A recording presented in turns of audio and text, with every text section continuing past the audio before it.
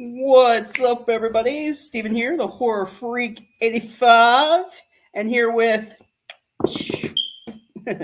Echo Zero here. You're like, yeah, echo, echo, echo. Nah.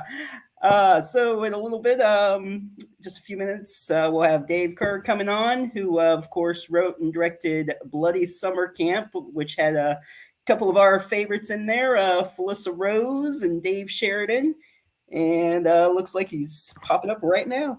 Yeah. So Which perfect I timing. gotta say this. I go to look him up on IMDb. There's a long list of people with the same directors with the same name. We're going. Yeah. He did a Star Wars movie. Yes, how was that Star Wars movie, Dave? Yeah, someone actually just hit me up before I came on here. They sent a screenshot of Johnny English because it's directed by David Kerr. Yeah. Wow. Hey, you got a long list of credits there, man. I commend you. All right. So mostly the horror genre of what you've done. So of course, I was just mentioning Bloody Summer Camp, of course, and pretty soon going to be doing the sequel. So did you have when is the Indiegogo going up for that? So we're shooting for like mid-March, probably sometime around the time of Valentine's, sometime around that time. Okay. Yeah. So We're getting everything prepped for it now. nice. All right. Yeah, I guess today was the last day you were taking auditions, correct? Yeah. So, Well, so- is this one going to be in the '80s? Set in the '80s also? No, this one actually be in the 90s. This one takes place 8 years after the first film. The first one took place in 1986, and this one's going to take place in 1994. very nice.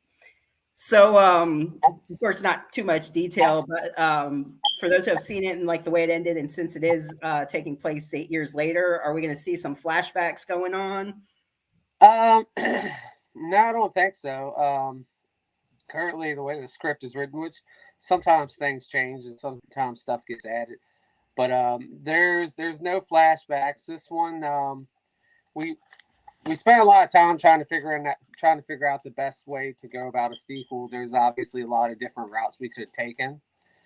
Um, One of the biggest things was, do we bring back the same killer from the first one?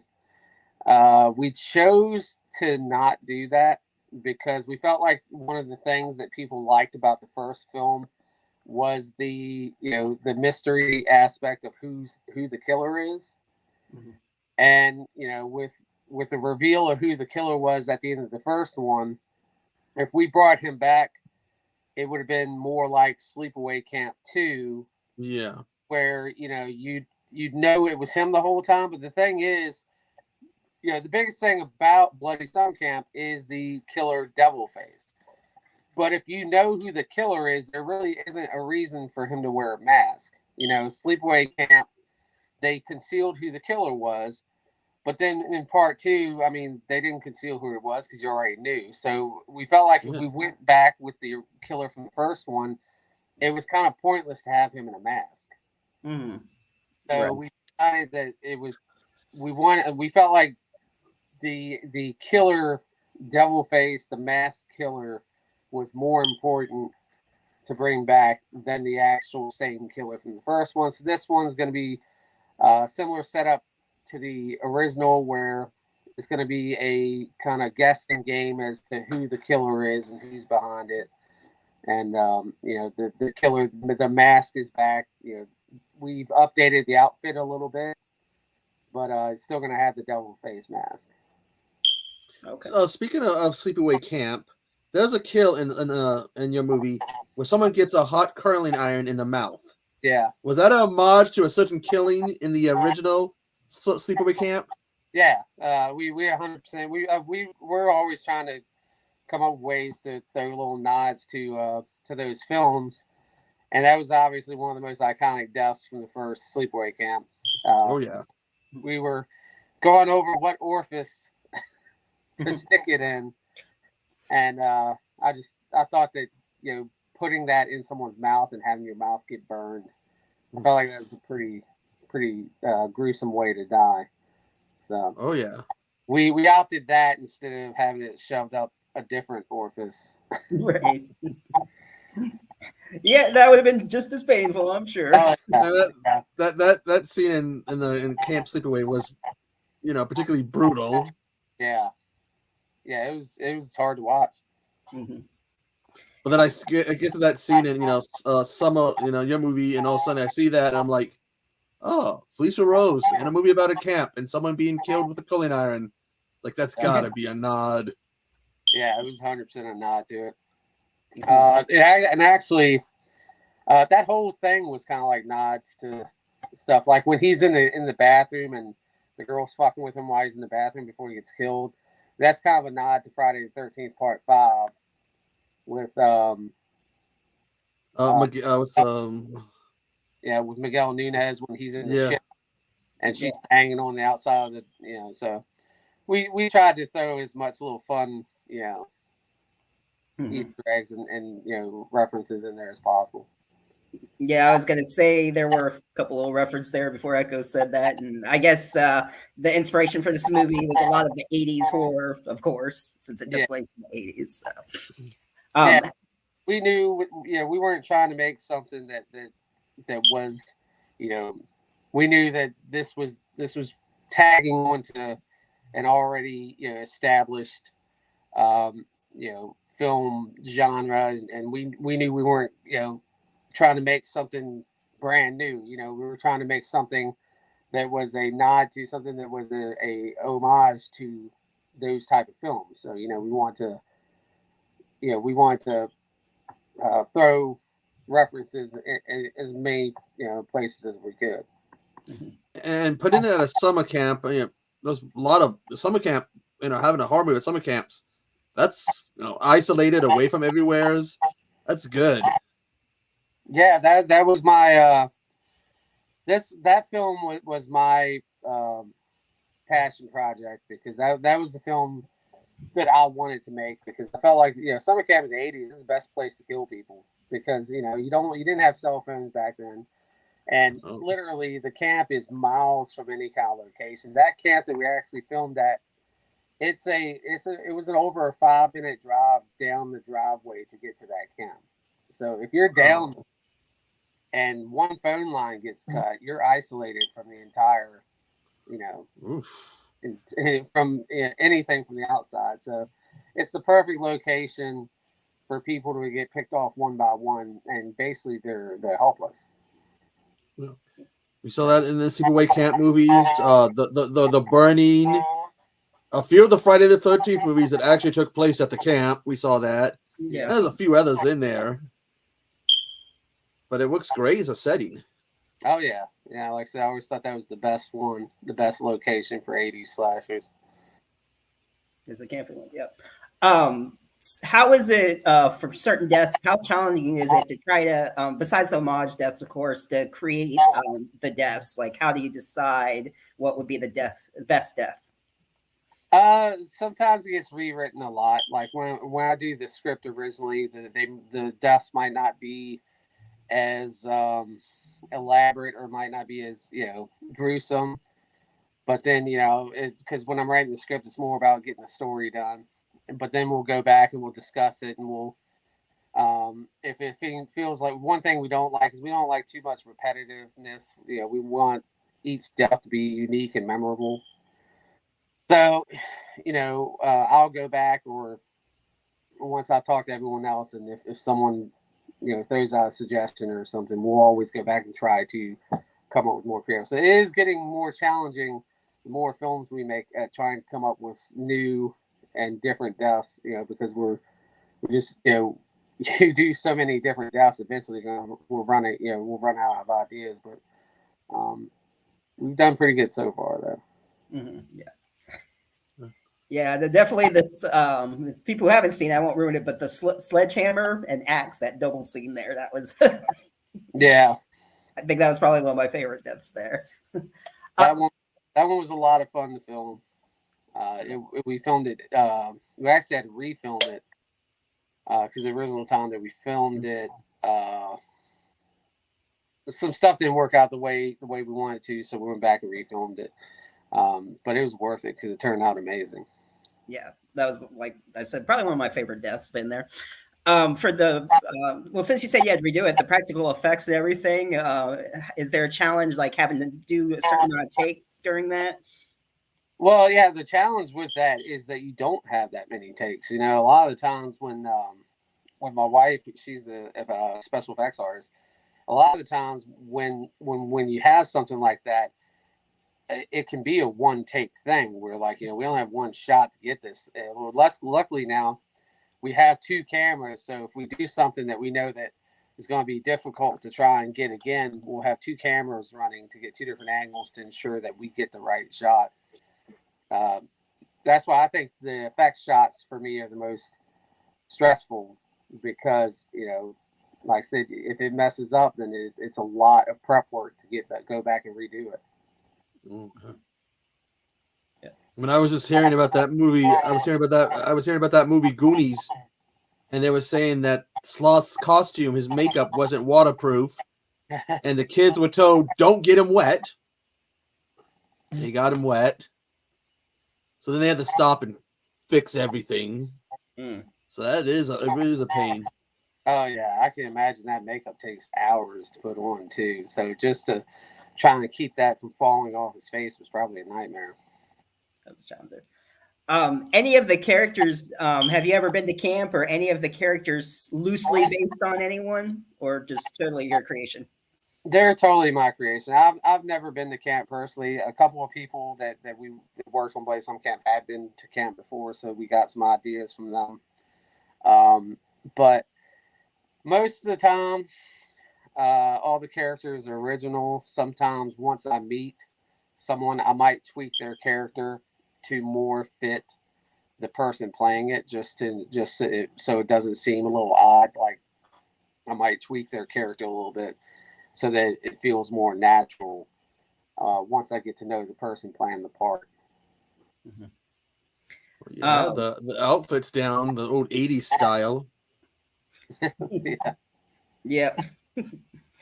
And of course, you got your jock, the muscular dude that has to bully everybody at the camp and thinking he's in charge. Yeah. Has to have the shirt cut so it just shows his, his stomach is, look at my stomach, look at my six pack. They love those shirts. Even in like Friday the 13th Part 6, you had that guy. I think it was a guy that was doing that, if I remember right. Yeah. Yeah, we that's one thing we wanted to make sure we did, was the wardrobe was the big thing. We didn't focus too much on a lot of the camp was already kind of had the feel that we wanted for it. So the wardrobe was probably one of the biggest things that we tried to get right to make sure that it didn't feel off-putting, watching the people and believing that it took place in the 80s. But yeah, they had some unique outfits. It's gonna be fun with the sequel, trying to do the 90s outfits now. So Well, yeah, that's what early mid 90s. What, baggy pants, clothes backwards, grunge, yeah, all that stuff. flannel shirt, backwards caps, all that. Yeah. Yes. Hey, I'm from Washington State. I was in Seattle. Flannel, I swear, at one point, everybody knew how to flannel. It was like issued when you came to Washington State. Here's your flannel. Yeah. Yeah. And they still do it in Washington State. I know. I've already bought my flannels for the year. Did you have, since you had Felissa Rose and Dave Sheridan in it, did you have those characters in mind for them, or did they audition for you as those roles? Felissa, we kind of always had her in mind for that one. As far as we've reached out to her, and we brought her in. Now, obviously, when I wrote the script originally, I had to kind of leave it loosely based, because there was no guarantee when the script was being written that that's who was going to play that part. Mm-hmm. But I did have the idea that she might play that character. As far as Dave Sheridan, he was a later addition to the cast. So again, it was one of those things where the sheriff was written, but then once we cast Dave Sheridan, I tweaked the character and he put his own spin on it too. So it actually turned out quite a bit different than the sheriff was originally supposed to. The sheriff wasn't supposed to be comical the way he was, but once we got Sheridan, of course, yeah, he's a great character actor. So yeah. What was it like working with Felicia Rose, who is part of in my opinion, an iconic 80s horror movie, with that ending alone? What was it like working with her? It's amazing. When we first worked with her, it was kind of stressful because we didn't know what to expect. I talked to her on the phone, and she sounded amazing. Sounded like a really nice person, but it was definitely stressful because that was one of the first times that we worked with someone like her. But after the first day, it became way easier because we realized that she was just such a nice person, and she was super easy to work with. She's laid back, and we didn't have any problems working with her. Everyone absolutely loved working with her. We actually brought her back 2 more times during that film, more just to get more scenes with her because we loved her character. Which isn't a nice person. No. We see that. Yeah. Which she enjoyed playing that. She enjoyed being able to play, a mean person for once. Yeah. Total opposite from her. She's amazing, really nice woman. So yeah, it was fun seeing her in that role. So I believe she is coming back for the second one, correct? Yes. She has agreed to come back. We haven't confirmed anyone else, and we won't confirm anyone else until we do crowdfunding and we see how things go. Right. But we didn't feel like there was Blaze Summer Camp without Felissa attached to it playing Mrs. Crowell. So we wanted to make sure that we brought her back. Mm-hmm. Of course. So how is it for you when you watch these tapes? What is the process of cutting it down when you see someone as a certain character? Can you share that?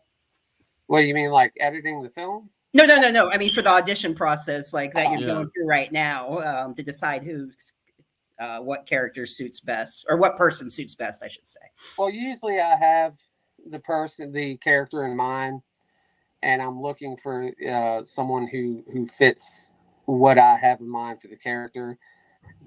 Sometimes though, it's different. Sometimes I'll see an audition and it's completely different from what I had in mind, but I like it. Even if I'm looking for a specific type of character, I could end up going with something completely different if I see someone's interpretation and I actually like their interpretation better than what I had in mind. That does happen sometimes, but most of the time I'm looking for a specific type of audition, and I'll go through it and I'll see the same scene over and over and over. And I can tell when there's a good audition when I watch an audition and they're entertaining me, even after I've seen, it almost gets kind of repetitive, watching the same scene, the same scene, the same scene. A lot of times, people are doing it the same way, the same way, the same way. But then I'll start watching one and I'll realize that I'm actually entertained. I'm actually interested. I'm actually, caught up in it. And when they can draw me back into a scene that I've seen 100 times and make it entertaining for me, that's when I know that this is a really good audition. Mm-hmm. The killer wears that devil mask. Well, what made you choose that particular mask? And were there other ones you were looking at, thinking about? Yeah, I looked at hundreds of masks. I was looking for something that was age correct, like something that looked like it was from the 80s. A lot of the masks that I saw when I was searching, they looked too new age. They didn't look like they came from the 80s. I was looking for something simple. I actually didn't want a double mask. But what I liked about this one is it wasn't a traditional devil mask. It's kind of like it's a devil or it's kind of like a demon or a ghoul. It's not exactly a devil mask. But I liked how the look was kind of simplistic. It was made out of leather. It looked like something that could have been straight from the 80s. And that's why we settled on it, because it looked like something that would be in that time period. You know, just a really really simple mask. It was handmade leather. Ooh. Yeah, nice. Ooh, hold on one second. This one's here or not? Because like I was saying earlier, I do have to go just for like 5 or 10 minutes, and I'll be back. But I don't know if someone just stopped. Yeah. All right, I'll be Yeah. back. So I'll just listen to it while I'm doing this, and Echo, you got it covered. Right.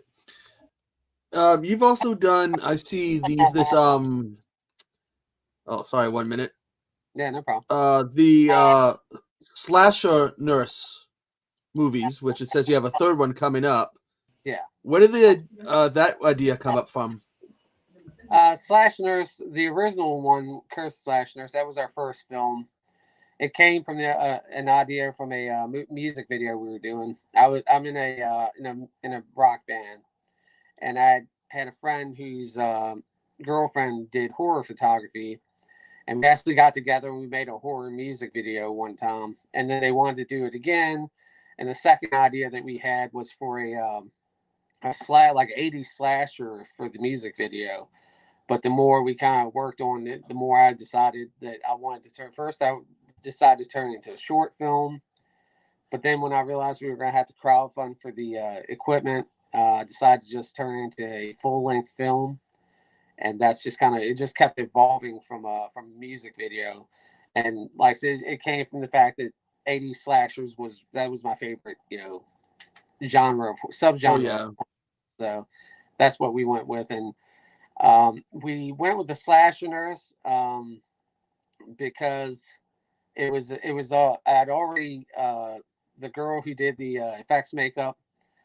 She did some artwork for us for our CD, where she had taken pictures in this nurse outfit as a killer nurse. And I approached her and I asked her, I was like, "What do you think about us using your nurse outfit and using that as the killer in the film?" And she was all for it. And I was like, because we liked the idea, because it was kind of like a female Michael Myers, a female Jason. There aren't really any masked female slashers out there, so that's what we wanted to go with, and that's kind of why we went that route with it.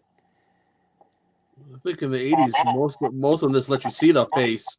Yeah. Whether it was Camp Sleepaway, Night of the Demons, Prom Night. Yeah. There was plenty of female killers, but just like as far as like the badass, violent, killer masked killers, they're just female wise, there really aren't any. Yeah, I can't even think of any off the top of my head. Yeah. And that was the whole reason that we decided to go with that. Now, is that a Return of the Living Dead t-shirt? Yeah, I actually just got this. My producer and friend Michael McGlynn got me this for Christmas. favorite movie, not just horror, just overall. It and Don.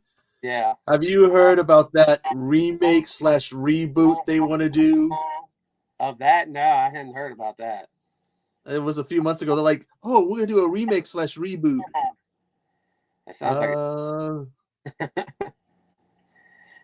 Yeah, I don't know why you would remake that. I could see maybe tacking another sequel onto it, but I don't understand the remakes. Well, just as long as they can erase the memory of those last two, Necropocalypse and Rave to the Grave. Yeah. Especially Rave. They shot those back to back, and they had no idea about continuity. When they see the zombies in Rave to the Grave, what's going on? What are these? You fought them in the last movie. Yeah. Would you ever do something like that, like a zombie movie? Yeah, I would. It would definitely be a lot of work with all the effects makeup. One of the next projects that we have, it was supposed to be our next film, but we put it off a year, which is Awfully Strange Night. That one isn't specifically about zombies, but it does have zombies in it. Well, here's a question. Do you like the traditional, like Romero zombies, the whole kind of slow, or the more modern run? Which do you prefer? personally, I like the traditional ones. And if when we do Awfully Strange Night, that's what we're gonna do. We're gonna do the traditional popping out of the grave zombies. Now, I mean, for the modern films, like like fucking Dawn of the Dead, the remake, and like 28 Days Later. I mean, it's definitely creepy that they run. It definitely amps up the suspense. But I just like, as far as style wise, I like the original zombies better. Well, and the fact that they used in the remake of Dawn, they used amputees for two of the Yeah, scenes.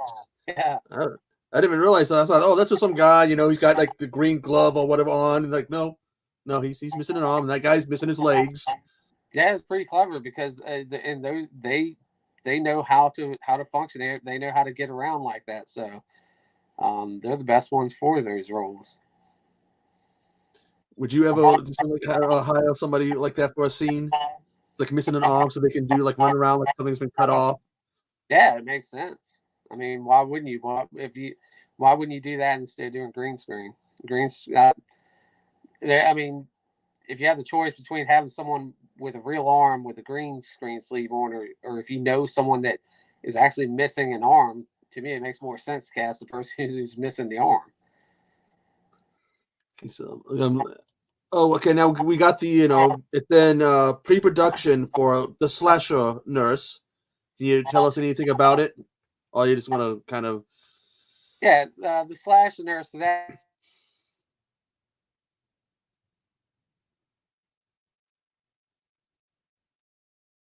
You freeze.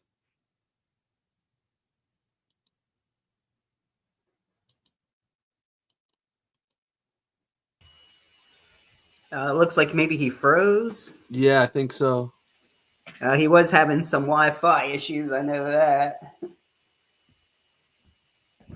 because Xfinity, he was having issues before he came on the show. Hope it didn't go out again. Oof. Oh. Well, there you go. You back?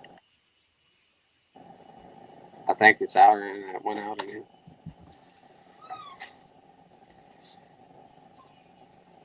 Alive. You have internet? Do I have internet? Yeah. Yeah. Sure. Yeah. Because my internet's not working right now. Oh, it's working, but it's lagging real bad. But now it's working. You had froze up. Hey, if you can hear me, I think I'm having internet issues again. I can't see anyone, and you do.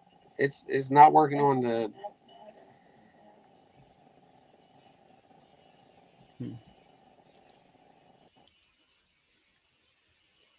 Let's see if.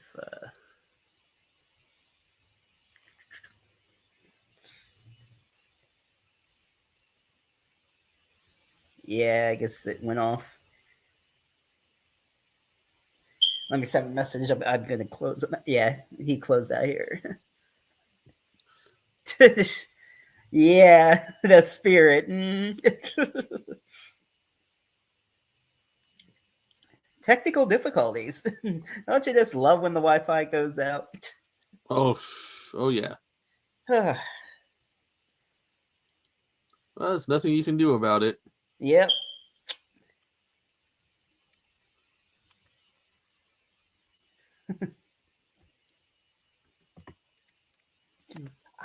I can hear that in my mind. I like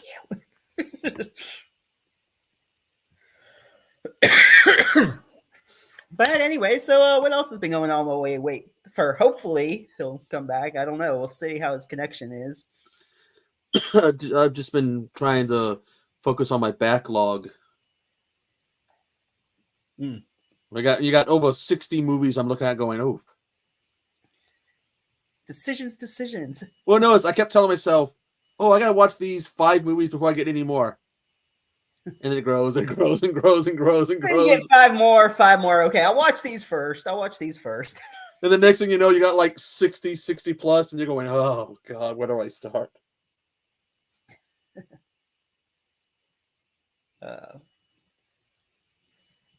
Yeah. Yeah.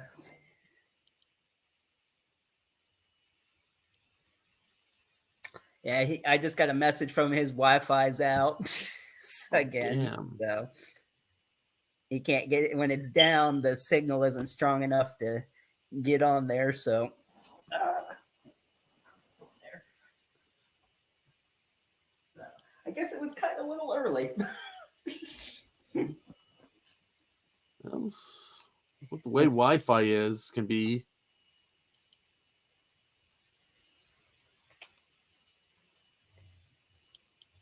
Okay.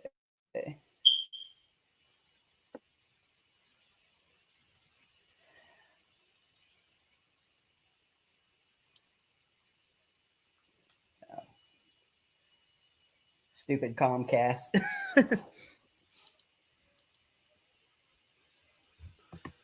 Apparently, Pat's on that Look in the Voodoo Rise Imhotep.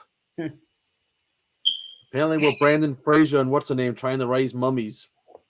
Yeah.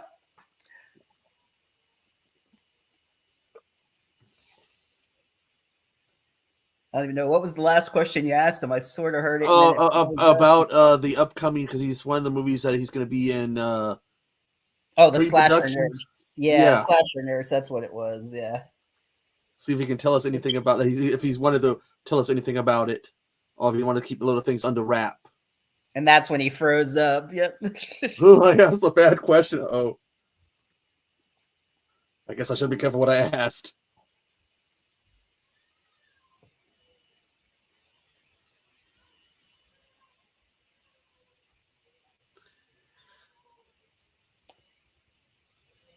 But yeah, that bloody summer camp. I get movie titles wrong so much. Bloody Summer Camp was a good movie. I enjoyed it.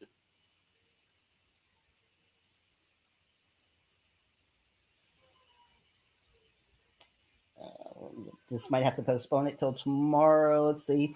He thought since it was on, it was fixed, but apparently Comcast went out again on him.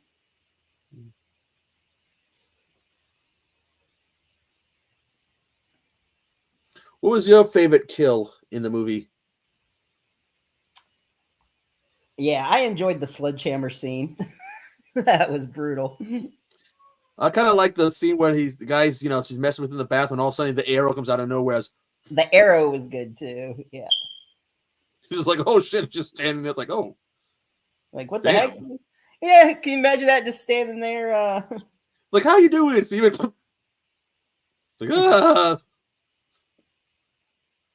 It's good, but I think it's right. You want to be kind of a little creative with your kills and not,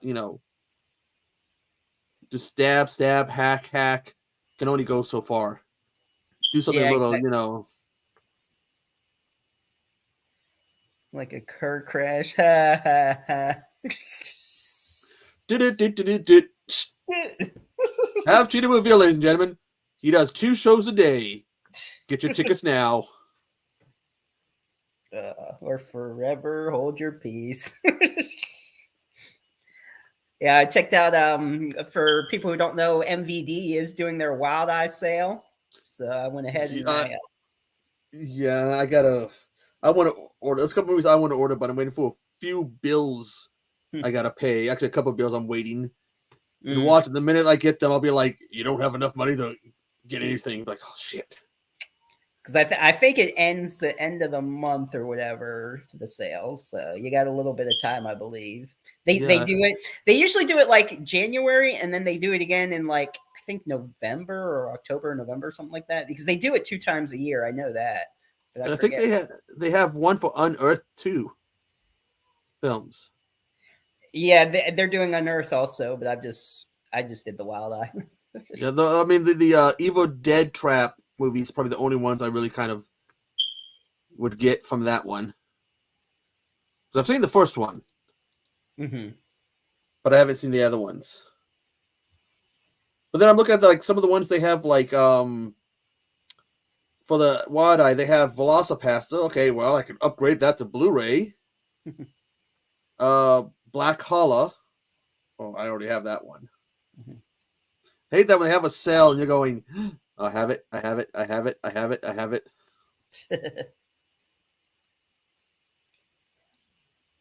No, there's some that I don't have that and I'm looking forward to seeing Saurians too. Also, the Mark Polonio one, the dinosaur. That should be a good one. I got that Evil Building. Let me see. Look at my list here. Hold on, Dave sent me another message here. I was saying if tomorrow maybe he could come back for another half hour or longer if he want, however long, it doesn't matter, of course. But Yeah, because one of the cast members, according to IMDb, is Dinah Prince.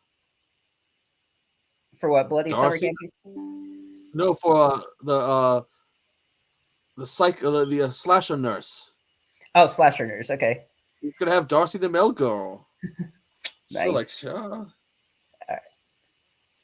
So yeah, his internet is still out. So he tried signing back on, it wasn't working. But he said tomorrow he's definitely up for it. So we'll do a part 2 tomorrow with him on there, and we'll get that cool. Slasher Nurse there. So. That's okay. I want to get some good rest tonight anyway. So Yeah, you got a brand new bed, so you got yay! It's not an air mattress, and the stupid air mattress, like after a while, was starting to go down a little bit. I didn't know where the hole was. I'm like, son of a bitch. those things are too big to put in a bathtub and test for holes. Yeah. So, but yes, nice bed here, a good level, so I'm good. So I'll be able to have a bed finally. It's nice being at a. An actual bed. Oh, how I miss the B bed. One you don't got to worry about accidentally stabbing and popping. Hey, with my luck, watch me get bed bugs. No, I'm just kidding. Oh God. That would be horrible. Oh God. No. I'm just kidding. That's horrible, Steven. That is just horrible. There's a horror movie for you. I would like to say, how come we haven't seen a bed bug horror movie, but something tells me they probably have made it. I don't know. That's a good question. I mean, they've made killer bed movies. Yeah. Killer sofa. So.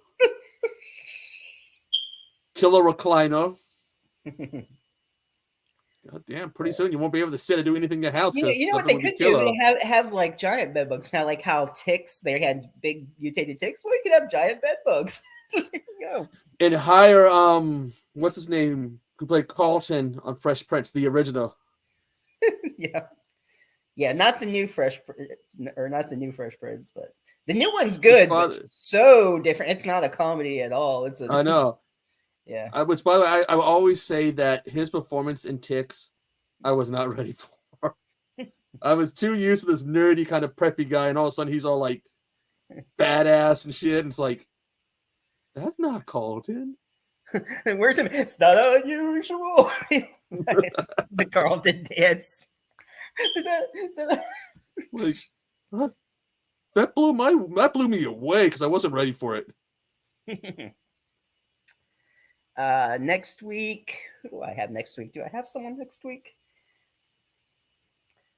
I'm not sure who I have next week. I don't think I have anyone yet. Or I might be rescheduling with Angel, probably. Yeah, because we were going to do her, what was it? Right around Christmas, was it? But then she had family? Wasn't it her that had family or something? Or was I think that so. Mel? Then I think that was someone else. But then she had some working conventions and some filming. Oh, okay. I know she's filming this weekend the sorority babes movie. Angel is, and then I think Jessa's in it. Lynn Lowry. They're filming this weekend. That's why she couldn't do it this weekend. So probably next weekend after she'll be back from shoot. So. And when do you take off to go do more of your Hollywood work? My Texan work. Yeah, well, you're gonna have to change your name to the Hollywood Freak 85. Oh, Hollywood Freak. Okay. Holly Horrorwood. There we go. Holly Horrorwood.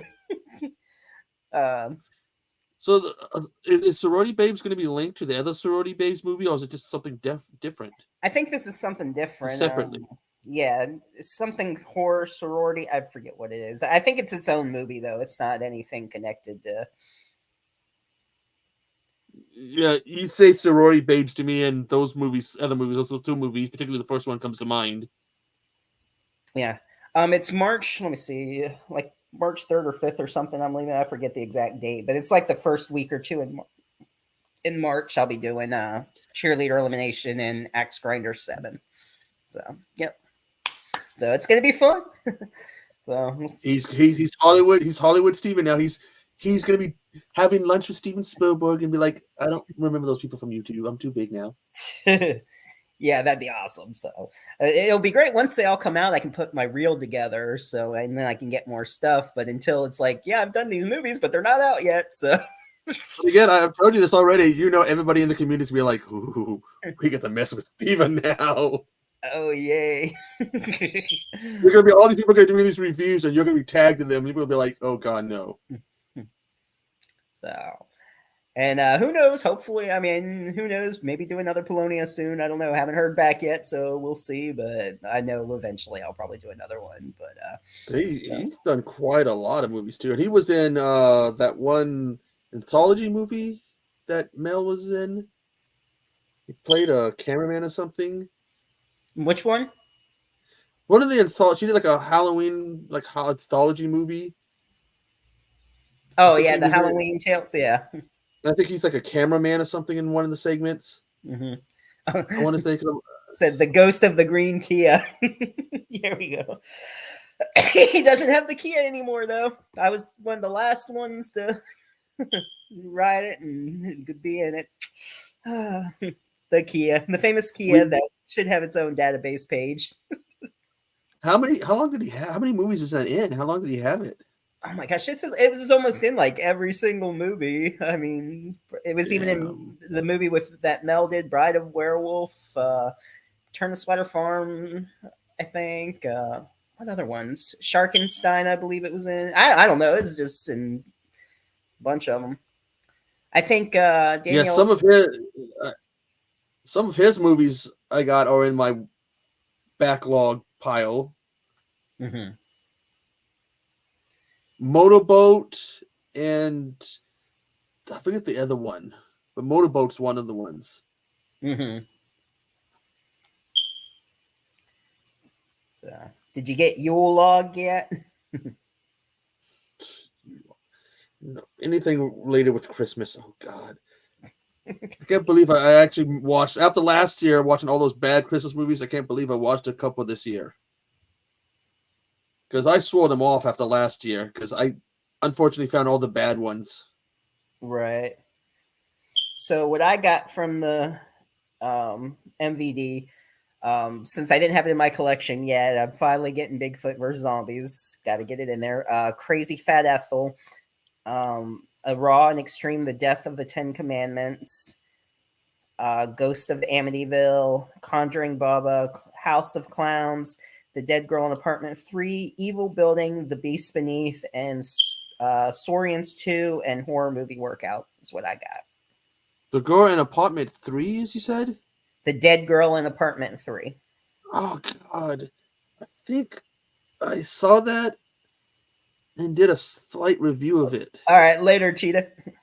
Is that the one where the I'm trying to remember, because one where there's a girl, she's like, her roommate mysteriously dies or whatever? Something like that, yeah. Her roommate dies. And the ghost is haunting her?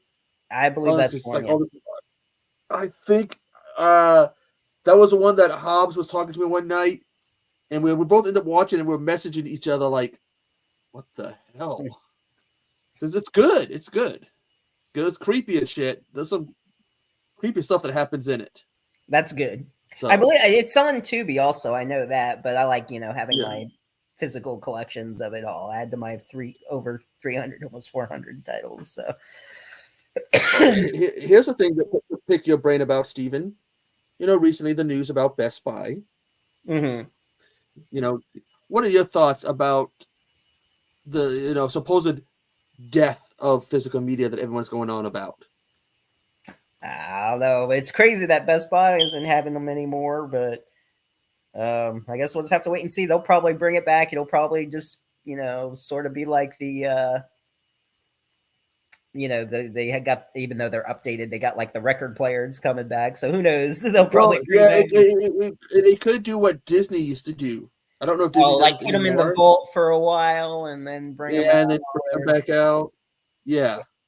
So yeah, everything wants to go digital. It's like, I mean, yeah, it's all right having, watching them digital, but like when, for instance, the internet goes out, you can't watch it. It's nice having physical and copies. I don't think it's gonna physical media's gonna die. I don't think it'll You're just not die gonna see it in entirely. stores. It's not going to die entirely. It's just maybe certain places might not carry them. But Yeah, I mean, again, there's that place in Seattle. Someday I'm gonna go to Scarecrow, and everyone would know because I'll be on CNN News. Strange psychopath pulled out of store, and you'll be seeing me out there crying, and they're going, "Steven, is that your co-host?" I don't know him. I don't know this guy crying on TV. No, because that's like 2 stories, maybe more, of nothing but DVDs, VHS, Blu-rays, Betamax, Laserdisc. It's like if you name it, they got it. it's like, I want to check this place out. Oh yeah, I figured out because my friends when I lived in Seattle, they would always tell me about it, but they would never, tell me where it was at because they probably knew that getting me out of there would be a fight. He'd be there open to close. It'd be like calling, call the 911, call the SWAT team, call the guys in the white coat, be pulling me out. I'm not finished yet. I'm looking at Yeah, that'd be the full, like the tears. No, don't make me go. Like, I want to live here. But yeah, I think that with websites and a few stores here and there, it's still going to stay alive.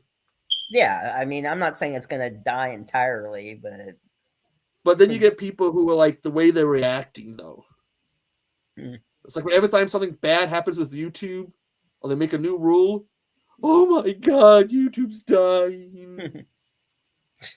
It's the same thing. Oh my god, physical media is dying. Nah. There's enough of us that still like physical copies. So and enough to keep people making them because they know they can make a profit off it. I can see Best Buy taking a dip a bit in maybe profits a little. Yeah. And then realizing, because they're already doing the same thing to video games there when you go there. There's a lot less video games. So once they see that a big enough dip, they'll go, we were dumb. Yeah. But like when I went in there and the guy told me the way he told me though, like, oh, this is great. The first Saw movie, $5.99, came to $6 some odd cents was tax. He's all like, I'm going, oh, this is a great thing, great price. I'm gonna rid of movies real low. Like he didn't want me to hear. I'm just like, excuse me, they're getting rid of movies. What? Well, I'm gonna go because I'm gonna go get something to eat. That's fine, and I want to head to bed early tonight anyway. So we'll be back tomorrow. There goes the coffee. I'm like, do you know about what time? Or you're just gonna try to work it out with him? Probably 8:00, probably same time. So yeah, just tomorrow. Okay. So we'll have a second half with Dave Kerr. We'll finish off getting that question answered and some other questions too. So yeah, since we were cut short due to Wi-Fi mishap, curse you Comcast. But so yep, tomorrow night we'll have part 2. Have a good night. Take care.